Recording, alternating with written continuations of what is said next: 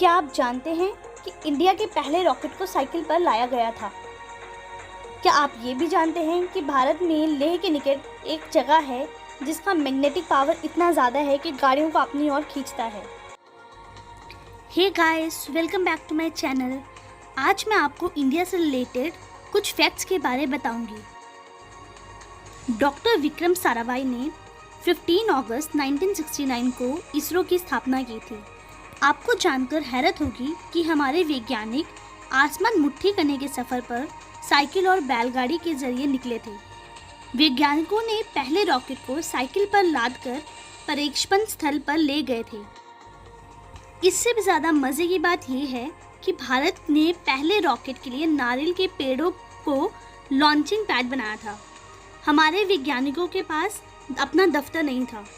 वो Catholic church Saint Mary मुख्य कार्यालय में बैठकर सारी प्लानिंग किया करते थे।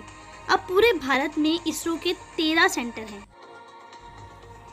शैम्पू शब्द सुनकर लगता है कि ये कोई विदेशी शब्द है, लेकिन ये बिल्कुल गलत है। आपको बता दें कि शैम्पू एक हिंदी शब्द है जो संस्कृत के एक शब्द से निकला है।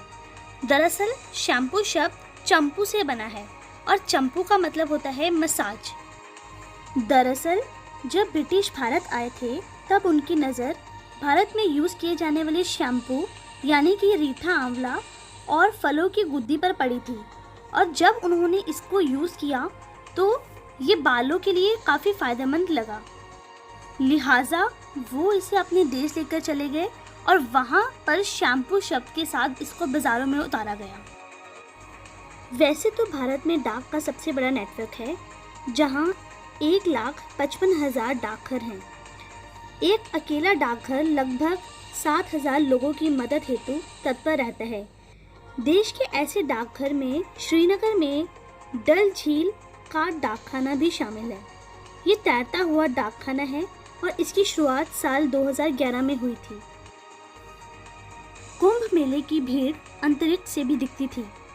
साल 2011 में संगम के तट पर आयोजित कुंभ मेले में पूरी दुनिया की ऐसी भीड़ जुटी थी कि इस भीड़ को अंतरिक्ष से भी देखा गया था। है ना ये हैरान करने वाली बात? दुनिया में सबसे अधिक बारिश वाली जगह भी भारत में ही है। भारत के मेघालय प्रांत की खासी पहाड़ियों पर स्थित मौसिन राम नामक जगह में इतनी बारिश होती है कि एक आम आदमी इसकी कल्पना भी नहीं कर सकता। इससे पहले ये रिकॉर्ड मेघालय के चेरापूंजी के नाम था। दुनिया का सबसे ऊंचा क्रिकेट ग्राउंड भी भारत में ही है। मैं आपको बताना चाहती हूँ, चायल हिमाचल प्रदेश का ऐसा स्थान है जहाँ एक मिलिट्री स्कूल भी है।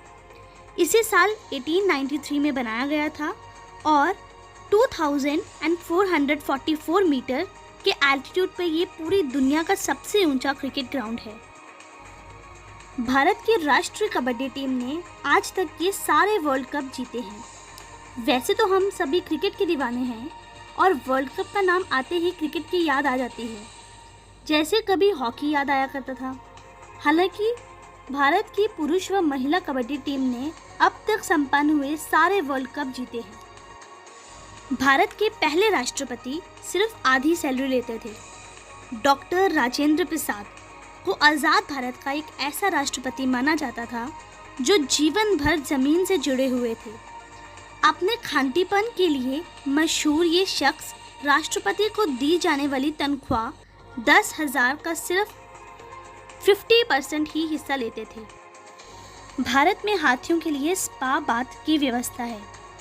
भारत में हाथियों को धार्मिक तौर पे भी मान्यता प्राप्त है। यहाँ लोग उन्हें बेहद सम्मान से देखते हैं। केरल में ऐसी कई जगहें हैं जहाँ हाथी को नहला धुलाकर चमकाया जाता है। दुनिया में दूसरे सबसे अधिक अंग्रेजी बोलने वाले भी भारत में ही हैं। अब इसे अंग्रेजी का प्रभाव कहें या फिर अंग्रेजी बोलने पर मिलने वाले बेहतर रोज़गार, मगर भारत अंग्रेजी बोलने वालों के मामले में अमेरिका के बाद दूसरे नंबर पर आता है। स्विट्ज़रलैंड में साइंस डे भारत के पूर्व राष्ट्रपति APJ अब्दुल कलाम को समर्पित है।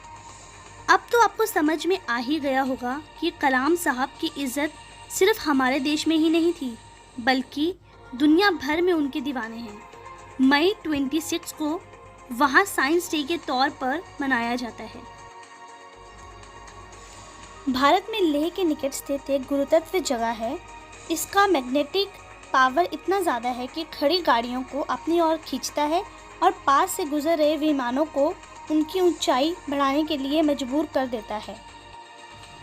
इस पहाड़ को मिस्ट्री हिल भी कहा जाता है क्योंकि ये जो हिस्सा है वे वाहनों को ऊपर की ओर आकर्षित करता है और कहा जाता है कि यदि किसी कार को इंजन के साथ यहाँ छोड़ दिया जाए तो गाड़ी 20 किलोमीटर पर आवर के हिसाब से आसानी से नीचे लुढ़क सकती है। यही वजह है कि लोग इसे मिस्ट्री हिल और ग्रेविटी हिल जैसे नामों से पुकारते हैं।